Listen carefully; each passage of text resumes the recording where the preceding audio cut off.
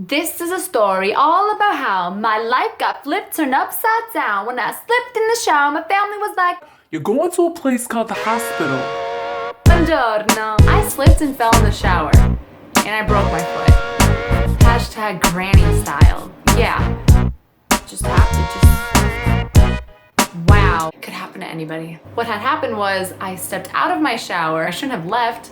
Should not have left. I was safe in there. But I left my shower to grab my toothbrush so I could just like brush my teeth in the shower, kill two birds with one stone and break your foot while you're at it. When I stepped back in, I lost my footing and I fell, and that's when it happened. Having a broken foot is a short-term disability. You are a different person for a short while and you have different challenges for the short time. You cannot do the same things in the same amount of time or in the same way that you did before you broke your foot, obviously. The reason I decided to make this video was because when I first broke my foot, the first place I went to get firsthand information, because I love getting info from people that have been there, done that, experienced it. The first place I went to go look was YouTube, and there really wasn't a lot of people talking about their experiences with the broken foot, but I know that someone else is going to break their foot in the future. Unfortunately, chances are it's going to happen.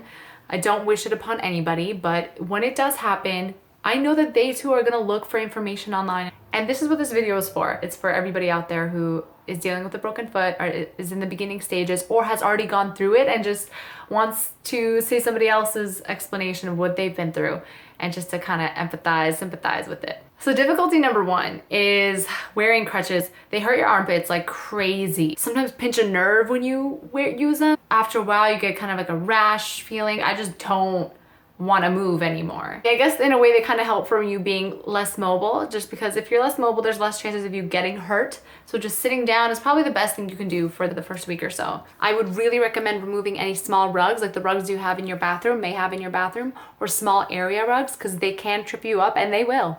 Don't get lazy with your crutches. I know it's just like so annoying to use them, but don't get lazy with them. You have to be very mindful of every step you take on your crutches because you have only one foot that works. So if you do trip or you don't take a good step with your crutches, then it's about to go down and it's about to be bad. You don't want to hurt your broken foot anymore, and you don't want to just break anything else. So you just have to be careful. Taking stairs. I would only recommend taking the stairs with your crutches if you're taking like 1 to 2 steps, like in the beginning of, getting into your house. Sometimes you have a patio, but anything other than that, if you have stairs in your house, just sit down on the stairs and use your hands and your good life to leverage you to go up. And just sit on your butt and do that. And no, I didn't get any more fit at all. Getting comfortable is not easy. Nope. You're now living with a hard cast around a foot that sometimes hurts. It's like you're wearing an uncomfortable shoe forever and always. I would recommend having a lot of pillows around you on your couch if you're spending a lot of time on your couch, and on your bed, so that you can leverage your foot the way you want and also support your knee, because your knee starts to take on a lot of the stress and a lot of the weight bearing in some way. Physics, So just having a lot of pillows can make a huge difference, and it helped me. Another difficulty in having a broken foot is showering. I sit on a shower chair that I bought at CVS, and I bought a plastic cast cover, which was awesome, and I will tell you the name of it and everything on the description below. The first time I tried to shower, I used the shower head. Rain's coming down on me and I'm like trying to shower, but the water's like getting everywhere because I had to have the shower curtain be open and so my foot could rest, and it was just not good. What I decided to try was using a bucket. It was less messy, and because I would turn off the water every time I wasn't filling up my bucket, then I felt like I was saving water, so I felt good about myself. Another difficulty is the fact that you can't drive when you have a broken foot, even if it's your left foot. You can't drive because if you were to get into an accident and you're not fully mobile and you're partially disabled, even if it's not your fault, it technically will be your fault because you are not supposed to be driving. You are not fully mobile and fully able to drive. You have to rely on other people to help get you places, which can be hard and burdensome. You don't want to burden people with yourself. It's just something you have to learn how to ask when you need help. And it's a blessing when somebody wants to help you.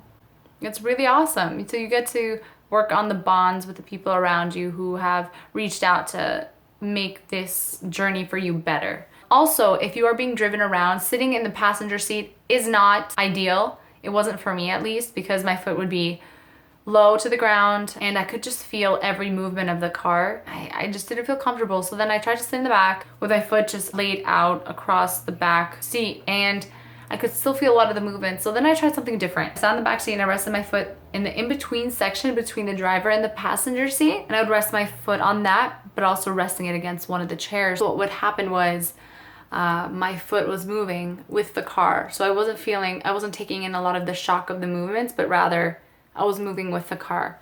So that helped a lot. A lot of people say that when they wear a cast, it gets like stinky after a while. Lucky for me, that has not happened.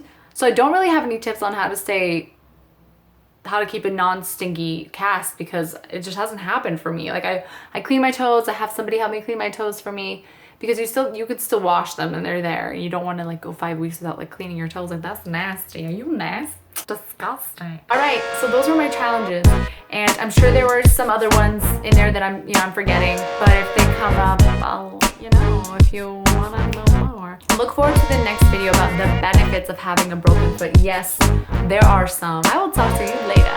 Bye.